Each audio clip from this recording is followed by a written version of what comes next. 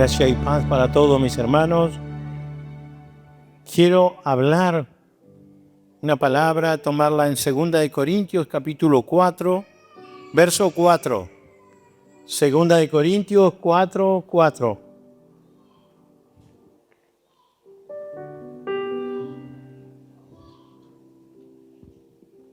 Vamos a meditar en algo que tenemos que tener muy en cuenta en este tiempo. Dice así: Satanás, quien es el Dios de este mundo, ha cegado la mente de los que no creen. Son incapaces de ver la gloriosa luz de la buena noticia. No entienden este mensaje acerca de la gloria de Cristo, quien es la imagen exacta de Dios. ¿Quién es la imagen exacta de Dios? Cristo Jesús.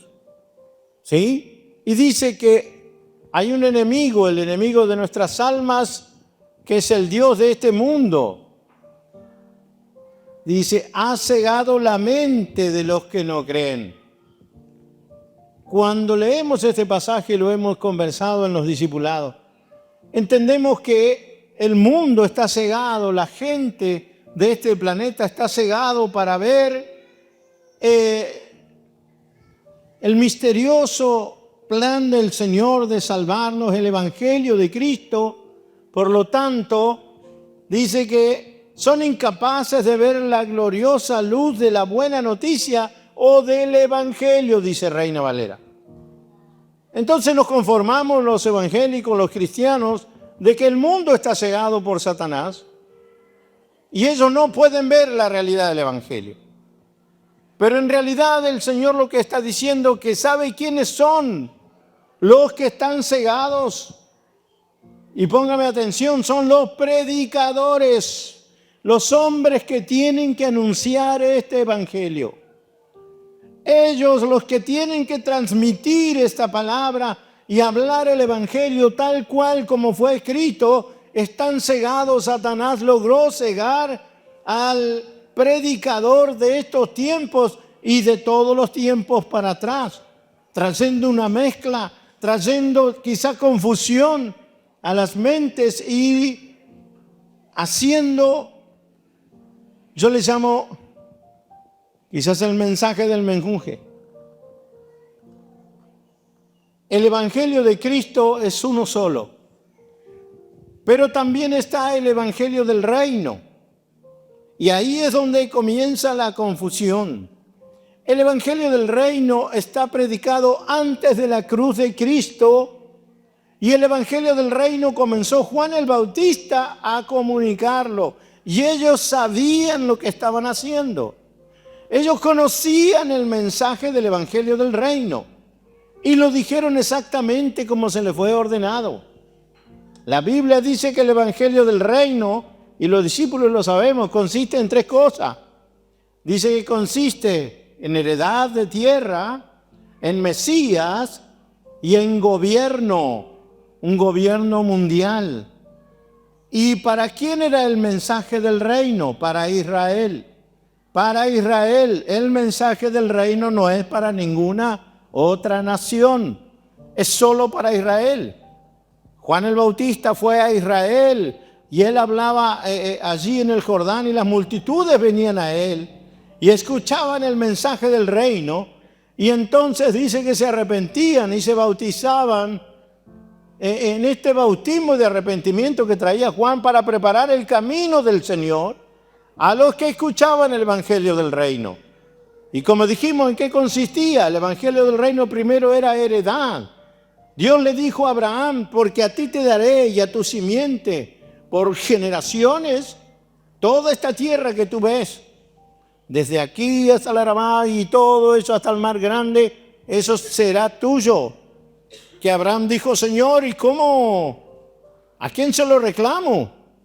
Porque estas tierras tienen dueños. ¿Cómo voy a reclamar esto? ¿Cómo sabré que esto es mío? Y el Señor hizo un trato, hizo un compromiso, hizo un pacto con Abraham allí en aquella montaña. Y el Señor se comprometió y le dijo: yo, Jehová, te doy mi palabra que esto es tuyo. Pero Abraham dice que vivió como peregrino y extranjero en la tierra que Dios le había dado. Y así también vivieron los patriarcas y vivió Israel hasta el tiempo en que ellos entraron a la tierra prometida por mano de Josué. Y conquistaron parte de la tierra, pero nunca completaron la conquista de toda la tierra que Dios le dijo a Abraham que sería de ellos. Entonces, llegando Juan el Bautista, dijo: señores, el reino, el evangelio, la buena noticia del reino de los cielos se establece en la tierra y está llegando a ustedes. ¿Eso qué significaba para él, israelita? Bueno, se va a terminar la opresión romana y todos los otros pueblos que nos aprisionaron, y Dios devolverá todas las tierras que le prometió a nuestro antepasado Abraham, y seremos libres. Segundo, dice la Biblia que consistía en un Mesías. El Mesías era el rey ungido que se levantaría del trono de la casa de David. Cuando Juan el Bautista predica que el reino de los cielos venía, eso también interpretan la segunda cosa, el segundo ítem del evangelio del reino. Ya viene el Mesías, ya viene el rey que va a gobernar, y ese rey nos llevará a la victoria y nos llevará a ser grandes, una nación reconocida sobre todo el resto de los pueblos. Por fin se levantará el rey que gobernará nuestra tierra, un rey justo y un rey poderoso que va a venir a gobernar sobre la casa de Israel y es descendiente de David. Esto lo sabían los israelitas. Por lo tanto, el Señor les dijo: preparen su corazón, porque está viniendo esto, y ellos se apresuraron. La Biblia dice que la tercera cosa era gobierno. A través de este Mesías traería un gobierno mundial, donde Israel sería cabeza de naciones. Este era el mensaje del evangelio del reino. Ellos serían primer potencia mundial en todo el mundo. Ellos serían la nación número uno, y desde ahí todos dependerían de ellos, porque ese rey que se levantaría de la casa de David gobernaría no solo en Israel, sino sobre todo el planeta. Y eso lo siguen esperando hasta el día de hoy. Pero no sucedió en el tiempo de ellos. ¿Sabe por qué? Porque dice la Biblia: los suyos vino y los suyos no lo recibieron. Entonces dice la palabra que Juan el Bautista, su voz es acallada por Herodes, lo decapita. Entonces en el capítulo de Mateo, capítulo 4, verso 17, allí comienza Jesús. Él retoma el mensaje de Juan el Bautista y comienza a predicar: el reino de los cielos se ha acercado, arrepentíos y convertíos, porque el reino de los cielos ya vino, ya viene. Entonces alguien decía: bueno, es importante esto, porque Juan lo mataron, ahora retoma este rabí. Y en el capítulo 10 de Mateo, verso 5, el Señor manda a sus 12 discípulos: vayan por todo Israel y prediquen el evangelio del reino. Anúncienles lo que Juan hablaba, lo que hablé yo, ahora anúncienlo ustedes. Pero allí hay ciertas recomendaciones. En Mateo capítulo 10, verso 5, el Señor le dijo: no vayan por camino de gentiles. Gentiles eran todos los que no eran de Israel. Gentiles y somos nosotros, los argentinos, los paraguayos, los chilenos, los bolivianos, los venezolanos, estadounidenses, rusos, todo el que no es de Israel es un gentil para Israel. Y él dijo: no vayan por camino de gentiles, porque no es para ellos este mensaje. ¿Se entiende? El evangelio del reino no es para los gentiles. Vayan solo a las ovejas perdidas de la casa de Israel. La Biblia dice que otra recomendación les dijo: no entren en ciudades samaritanos, porque en los samaritanos eran una mezcla donde había parte judíos y parte sirios y fenicios y griegos, y había de otros pueblos que Nabucodonosor había plantado allí en Samaria, como sacó al pueblo de Israel y puso gente ahí que ocupara esas ciudades para que trabajara y produjeran impuestos para él. Hacía muchos años atrás. Entonces los israelitas no reconocían a los samaritanos como gente, como hermanos de ellos, sino decían, ahí viven extraños entre nosotros. Y Jesús les dice, no vayan, en ciudades de samaritanos no entren, por camino de gentiles no vayan, porque este mensaje no es para ellos. O sea, el mensaje del evangelio del reino es para nosotros. ¿Está claro ahí? Me esfuerzo mucho para que quede claro y perdóneme porque tengo un tiempo y quiero hacerlo. El evangelio del reino no es para nosotros. La Biblia dice que el Señor, estos beneficios o estas promesas eran solo para Israel. De ahí hemos tomado Mesías. ¿Cuántas veces cantamos Mesías? Tenemos una canción que dice Mesías, ¿verdad? Esperamos el Mesías. Decimos, Señor, porque tú nos darás la tierra por heredad. ¿Por qué nos pondrás por cabeza y no por cola? Todas estas son promesas para Israel cuando entrara en esa tierra prometida. Hemos tomado todo lo de Israel y lo atribuimos a nosotros y nos gustan esas cosas, pero no hemos sido bíblicos. Ahora vamos a ver. La palabra del Señor dice que hemos tomado de esas palabras y las hemos traído al evangelio que se nos mandó a predicar a nosotros. La palabra del Señor dice en Mateo capítulo 28, 19, dice que tenemos que ir por todo el mundo y predicar el evangelio a toda criatura, pero no es evangelio. Ahora el evangelio que tenemos que predicar es Cristo murió por nuestros pecados. Ese es el evangelio.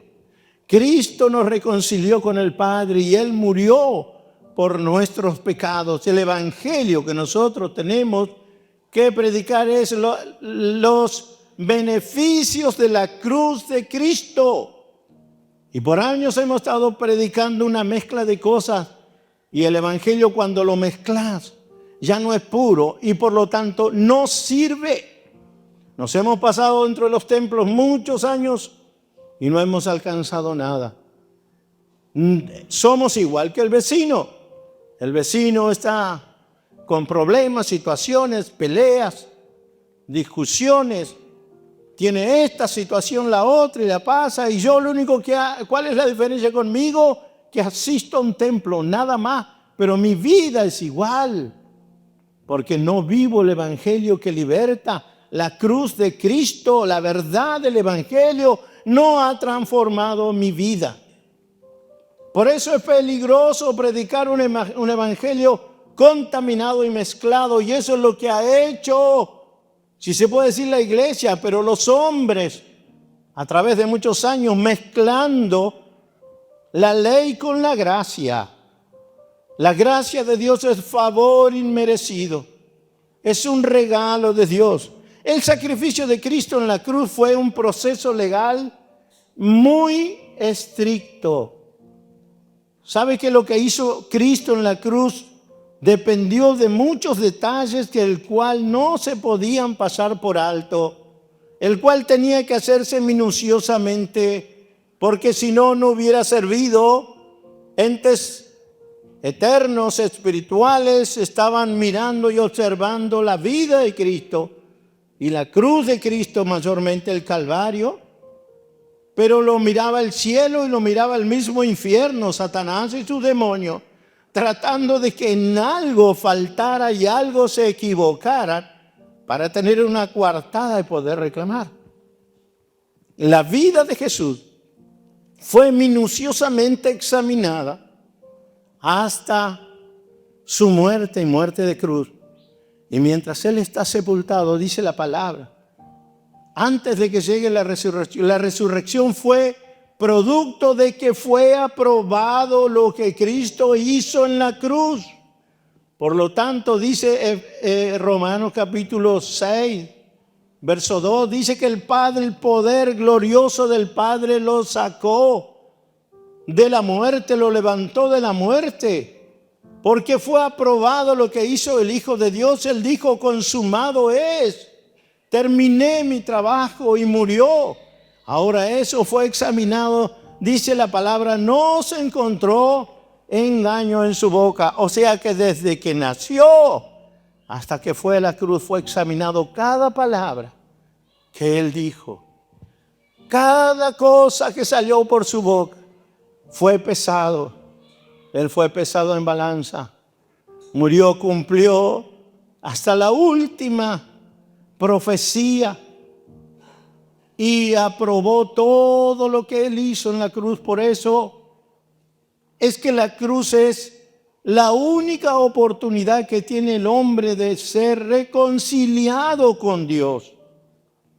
Pero le damos tan poca importancia y aún a lo que predicamos, que nos atrevemos a predicar este menjunje de la ley y lo traemos y lo mezclamos con gracia y con ideas personales, y también le ponemos algo de tradición, porque nosotros lo hicimos así, siempre se hizo así, pero no hemos sido bíblicos.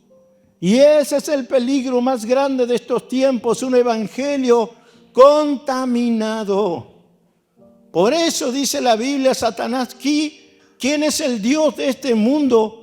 Ha cegado la mente de los que no creen. Vuelvo a decir, no es de la gente, porque la gente cree si recibe el mensaje.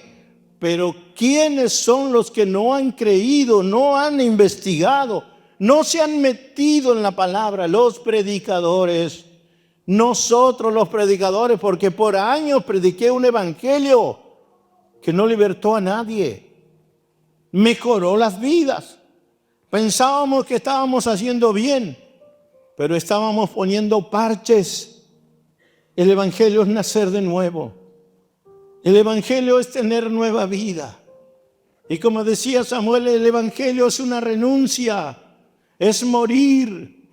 No se trata de nosotros, se trata de lo que hizo Cristo por nosotros. No se trata de cambiar, se trata de un intercambio. Cuando el Señor fue a la cruz, Él cargó mis pecados y Él me dio su justicia. Esa justicia y esa pureza con la que vivió todos sus años de vida la pasó sobre mí. Y mi vida de pecado y de transgresiones yo la pasé, ¿dónde? Cuando creí en Él y me bauticé. Otra cosa que hemos hecho los predicadores, hemos pospuesto el evangelio de bautizar a la gente, diciéndoles que es un mero simbolismo, que es solo un símbolo, que representa algo externo de lo que no se está pasando internamente, pero es un símbolo, que el bautismo es para pertenecer. El bautismo no es un símbolo y no es para pertenecer a una congregación.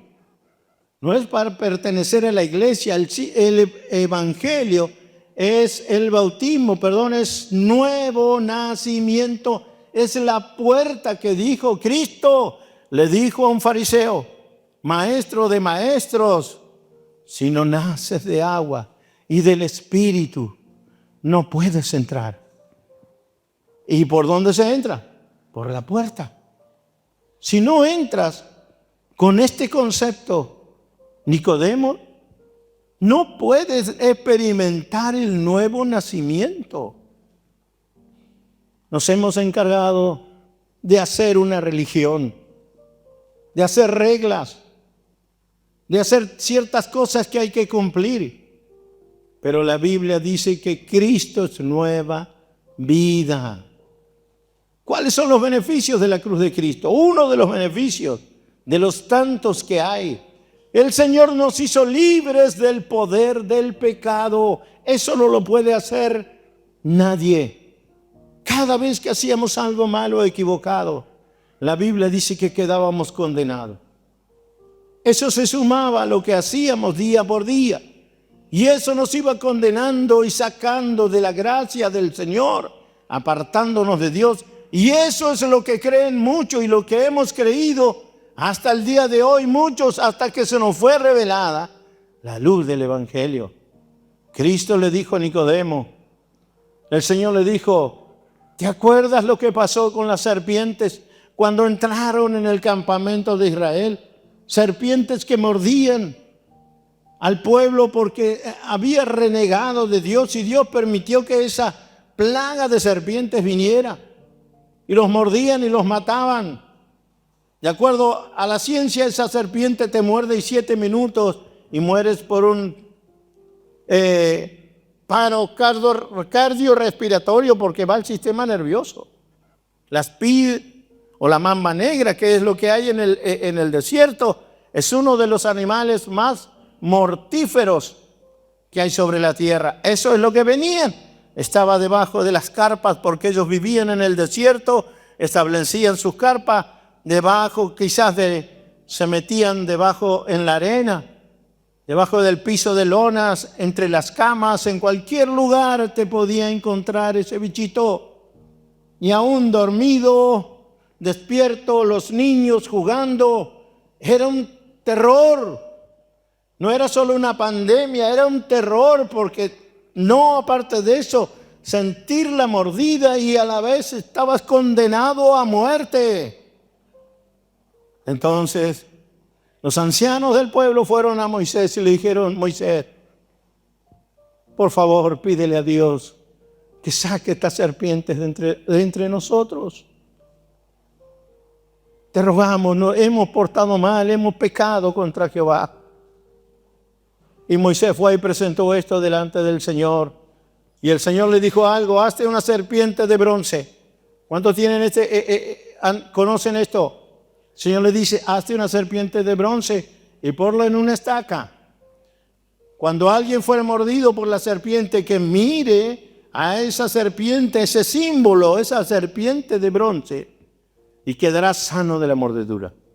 Instantáneamente ya no habrá más muerte. Tendrá la mordedura, pero al mirar la serpiente quedará sano. Y el efecto del veneno dejará de tener ese poder de muerte en su cuerpo. Dios no le sacó la serpiente. Quizás ellos hubieran querido que por un acto del poder de Dios las serpientes se hubieran desaparecido. No desaparecieron, pero sí le puso un remedio. Había que mirar a esa serpiente. Eran mordidos y alguien decía, viste, mordió a mi bebé. Y lo llevaban y lo enfocaban para que mirara. Mordió al abuelo, mordió a mi papá, mordió a mi hermano. Los llevaban para mirar esa serpiente. No había que hacerle una oración, no había que hacerle una ofrenda, solamente mirar y tener la fe de que serían sanos. Y así sucedía. Pero las serpientes seguían estando. Quizás alguien puede decir, bueno, si total yo miro a la serpiente y no me pasa nada, no me importa que me muerda otra. Y andaba buscando serpientes para que lo muerdan. ¿Verdad que nadie hacía eso? Porque era feo. Realmente era hasta horroroso que un bicho de esos se te prenda del cuerpo. Pero era una realidad. Pero Dios le dio una solución. Y el Señor le dice en San Juan capítulo 3, verso 14, así como Moisés levantó la serpiente en el desierto, así es necesario que el Hijo del Hombre sea levantado, para que todo aquel que mire a Él tenga vida eterna. Vida eterna. ¿Para cuánto es la vida eterna? Para siempre. Una vez que mire eso, tiene vida eterna. Jesús se comparó con esa asta y con la serpiente colgada. Él estuvo no en un asta, en una cruz. Mirar a Cristo en la cruz traería esa libertad que trajo exactamente igual a Israel cuando eran mordidos por la serpiente. Ahora, el pecado tiene un poder mortífero sobre nosotros. Cada vez que hacemos algo malo, eso malo se cuenta en contra de nosotros y nos condena. Dice la Biblia que no hay Nadie bueno, todos son pecadores, nadie hace lo bueno.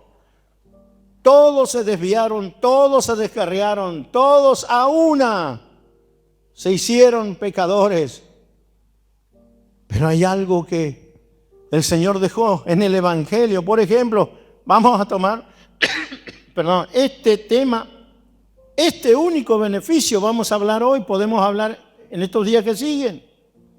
Pero la Biblia dice que así como cuando uno comete una falta, cuando uno se equivoca, cuando uno pasa la línea que no tiene que pasar, dice la palabra que también tenemos como esa serpiente en el desierto, tenemos que mirar a alguien que aún ese símbolo sigue colgado allí en la cruz.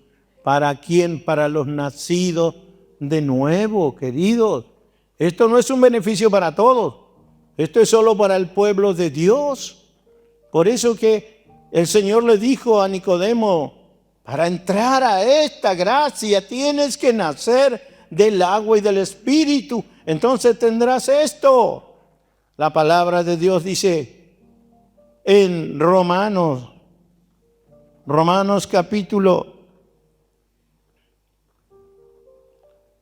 capítulo 6.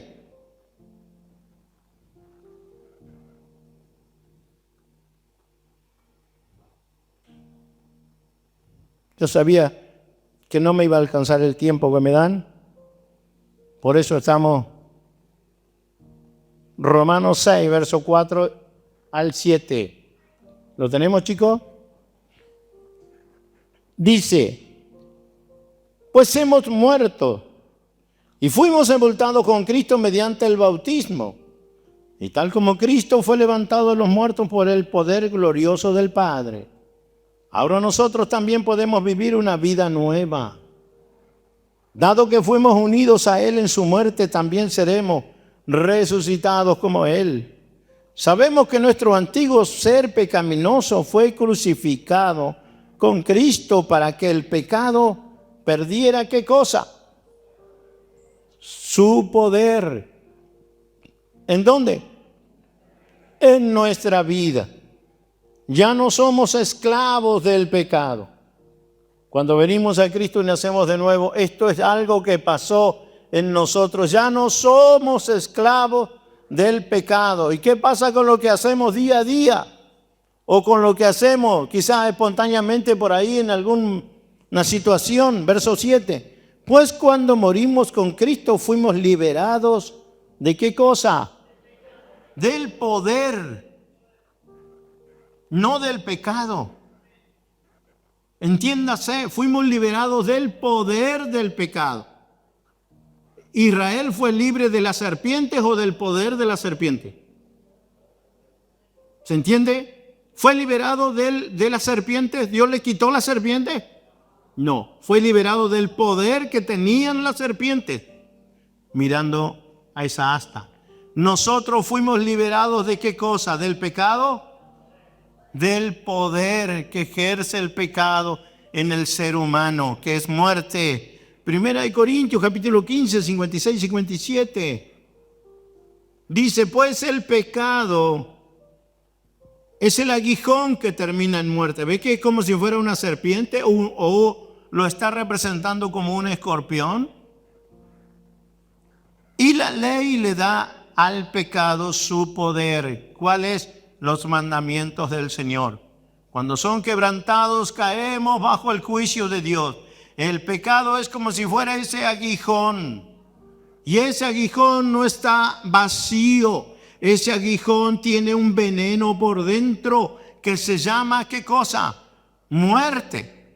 Cuando uno hace algo indebido, ese aguijón es como que se te clava en el cuerpo, pero no está vacío, sino que ese aguijón te inyecta muerte, te inyecta veneno. Y que dice la Biblia, ¿qué es lo que le da el poder a ese veneno de matarte? La ley de Dios. Porque Dios dice, el que hace esto morirá. Ahora dice 57, pero gracias a Dios, dice Pablo, Él nos da la victoria sobre ¿qué cosa? sobre el pecado y la muerte por medio de nuestro Señor Jesucristo. Esto es lo que produce nacer de nuevo, es que el Señor te libra del poder del pecado. Ahora vamos a Romanos capítulo 8, versos 1 y 2. Romanos 8, 1 y 2. Yo sé que los discípulos lo saben, pero todo el tiempo se va renovando la congregación y necesitamos aclarar estas cosas. Romanos 8, 1 y 2 dice: por lo tanto, ya no hay, ¿qué cosa? Condenación para los que pertenecen ¿a quién? A Cristo Jesús. ¿Cómo es que no hay más condenación? Yo me equivoco. A veces se me escapan palabras feas. A veces siento bronca, siento envidia, tengo sentimientos que sé que no le agradan al Señor. Pero dice la Biblia, ya no hay condenación para los que pertenecen a Cristo Jesús. Los legalistas del siglo III, a esta palabra les quedó muy light. Y si usted lo busca en Reina Valera, dice: para los que andan conforme al Espíritu y no conforme a la carne. Si andas conforme al Espíritu, entonces no hay condenación. Pero si andas conforme a la carne, sí. Eso te dice Reina Valera, pero eso no está en el original. Ese versículo, esos dos renglones, no está en el original. El original dice: por lo tanto ya no hay condenación para los que pertenecen a Cristo Jesús. Se terminó el texto. Ya no hay. Naciste de nuevo, ya no estás más condenado. Verso 2: y porque ustedes pertenecen a Él, el poder del Espíritu que da vida los ha libertado ¿de qué cosa? Otra vez. ¿Vio? Los ha libertado del poder del pecado. Este es el Evangelio. El Evangelio hoy se predica desde el enfoque del esfuerzo personal. Pero Cristo hizo esto por nosotros en la cruz. Dice: ha libertado el poder del pecado que lleva a la muerte. Eso dice la Biblia que le pasa a los que nacieron de nuevo, a los que viven conforme al Evangelio de la gracia de Cristo. Predicar otra cosa no es predicar el Evangelio.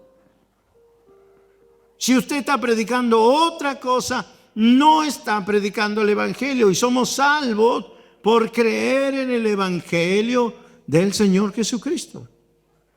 ¿Se entiende?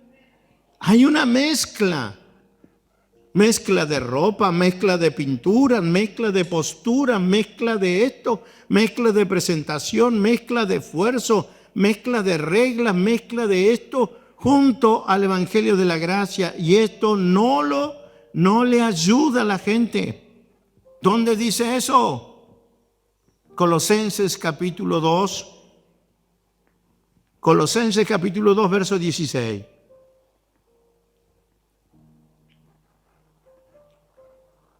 Por lo tanto, si lo puede ver en la pantalla, sígame con la lectura.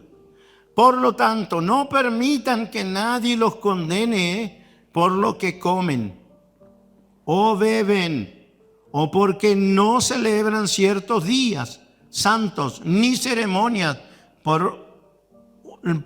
dice, por luna nueva, ni los días de descanso. El otro verso que sigue, 17.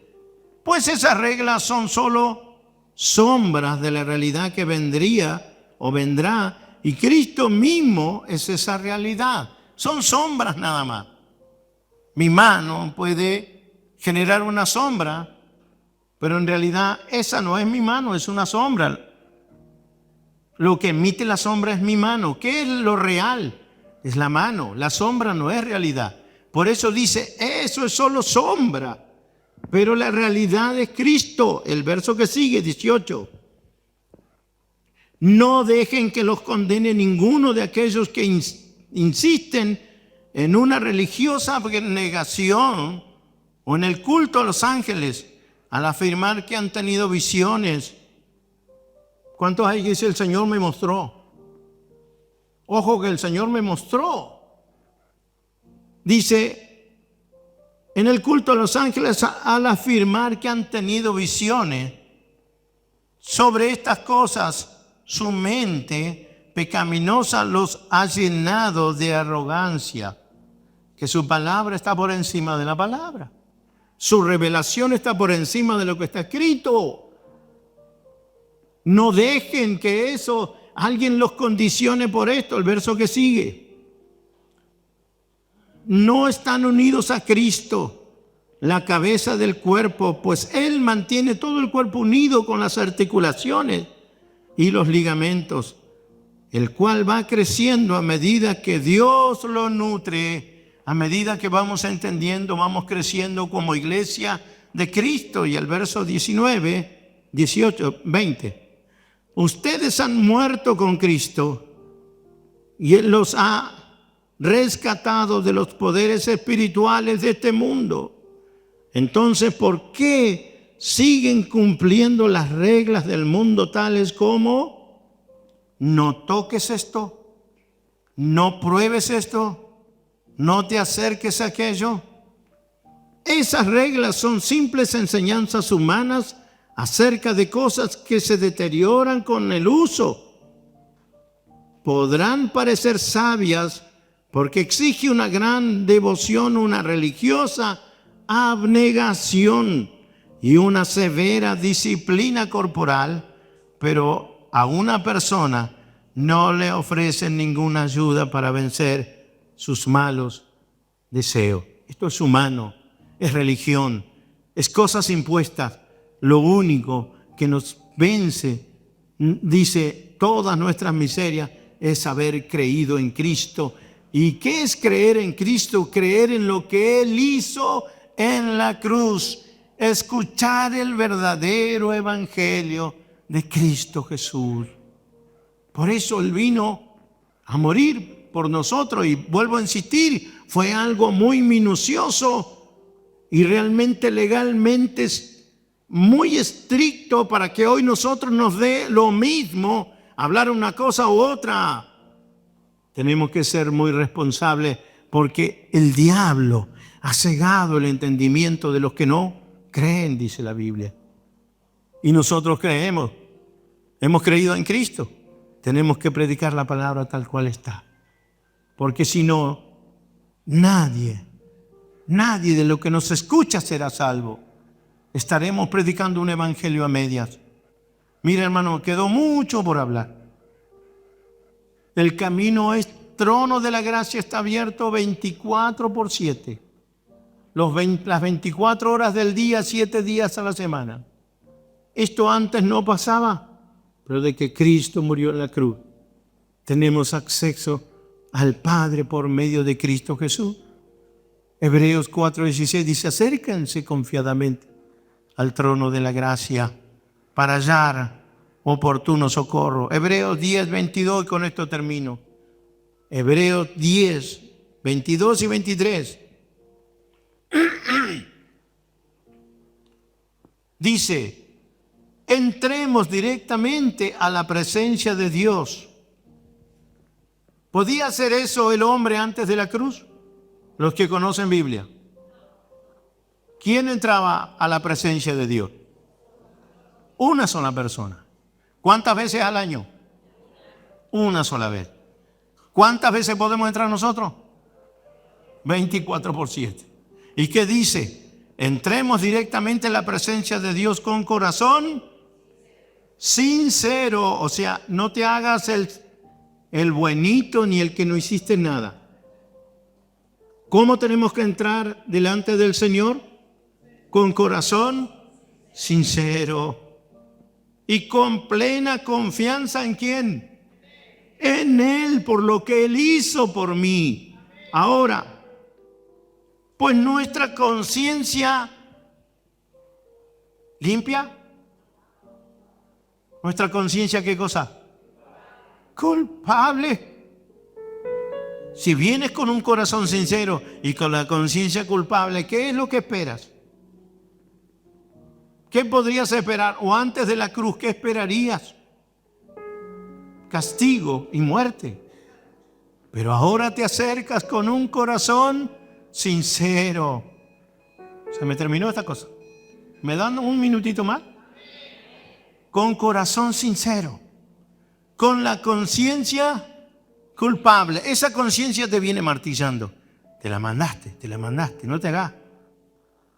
Por más que uno dice que la conciencia es un juez que jamás te absuelve una vez que te encontró culpable. Puedes convencer a todo el mundo y tener coartadas y explicaciones para todo, pero a la conciencia no le puedes ganar. Esa conciencia culpable que te acusa, dice, entra con un corazón sincero. Ven delante del Señor. Pecaste. Puedes venir delante de la presencia del Señor, entrar delante del lugar santísimo con un corazón sincero, con esa conciencia culpable que te viene martillando, con plena confianza en Él. Pues nuestra conciencia culpable ha sido, ¿qué cosa? Rociada con la sangre de Cristo a fin de purificarnos. El Señor Jesucristo, cuando Él murió, su sangre, eso fue algo que nos quedó, lo pasé por alto, pero su sangre no fue para salvarnos. Su sangre fue derramada para el perdón de nuestros pecados. Porque podemos hacer mezcla, fuimos salvos por la sangre de Cristo. No, por la sangre de Cristo hemos sido perdonados. Su sangre es para la remisión de nuestros pecados. Y remisión significa remitir, llevar lejos. Eso significa un remitente que se va lejos. Una carta que viene de un remitente que viene de lejos. Entonces, esa conciencia, dice, cuando fue rociada con la sangre de Cristo, la palabra del Señor dice, a fin, cuando fue rociada no fue purificada. Entonces, venimos sinceramente, no ocultando nada, pero confiando en que Él ya nos perdonó. ¿Te das cuenta? No siéndote el bueno, sino diciendo, Señor, me equivoqué, pero gracias, porque me has hecho libre del poder del pecado que antes me condenaba, pero ahora recibo tu perdón. Dice, y nuestro cuerpo ha sido lavado con agua pura. Ahora el 23, mantengámonos firmes, sin titubear en la esperanza que afirmamos. ¿Se da cuenta? ¿Estamos afirmando esto o no? Desde este lugar por lo menos, y todos tenemos que afirmarlo en nuestra vida. Sobre la esperanza que afirmamos, porque se puede confiar en que Dios cumplirá su promesa o lo que Él prometió. No venga. ¿Sabe? Cuando cometemos pecado, lo primero que hacemos, nos vamos, nos enojamos, huimos del Señor. Pero la Biblia dice, con un corazón sincero, con tu conciencia que te viene acusando, puedes venir, porque la sangre de Cristo te rocea cuando entras al lugar santísimo, en el momento y en la hora que quiera, porque Él no fallará. Porque podemos confiar en que Él prometió que seríamos libres del poder del pecado si solo miramos la serpiente. No, si miramos la cruz de Cristo. Si miramos lo que Él hizo en la cruz. Eso se nos refresca cada vez que vengo delante del Señor. Y le digo, Señor, perdóneme. Ese es el Evangelio, es parte del Evangelio. Hay muchas cosas más del verdadero Evangelio. Pero hoy por el tiempo nos pasamos un poco así. Fuimos tomando las partes más esenciales, pero todo es esencial en el Evangelio del Señor. El Evangelio que presentan hoy es el mismo que confrontaba Pablo a los Gálatas. Pablo le dijo, estoy horrorizado que tan pronto se hayan apartado del verdadero Evangelio. Pablo les predicó este evangelio a los Gálatas. Y cuando él partió y se fue, entraron maestros que venían de Jerusalén y le dijeron: no, lo que dice Pablo es una parte, pero tienen que circuncidarse, guardar ciertos días, celebrar las lunas nuevas y hacer parte del ritual de la ley para que realmente esto funcione. Si no, lo que le está diciendo Pablo es medio ley. Pablo dijo: estoy horrorizado que permitan que les cambien la manera de pensar tan fácil. Cristo murió por estas promesas. Él lo hizo por nosotros. A mí se me dijo en una convención muy grande que yo estaba predicando otro evangelio. Sí, no es el evangelio que conocí, es el evangelio de Cristo. Y si alguno queremos conversar después, charlamos todo lo que queramos, porque es el evangelio de nuestro Señor Jesucristo. Por esto murió el Señor y pagó el precio para que seas libre de condenación, libre del poder del pecado, para que no solamente tu vida cambie, sea transformada, para que nazcas de nuevo. ¿Cómo? A través de un nuevo nacimiento por medio del agua y del Espíritu. Se me terminó el tiempo, hermanos. Ya llevo 47 minutos más. Perdón, 47 segundos. Gracias por escucharme. Váyase a su hogar pensando en esto. Que Dios les bendiga. Gracias por la oportunidad.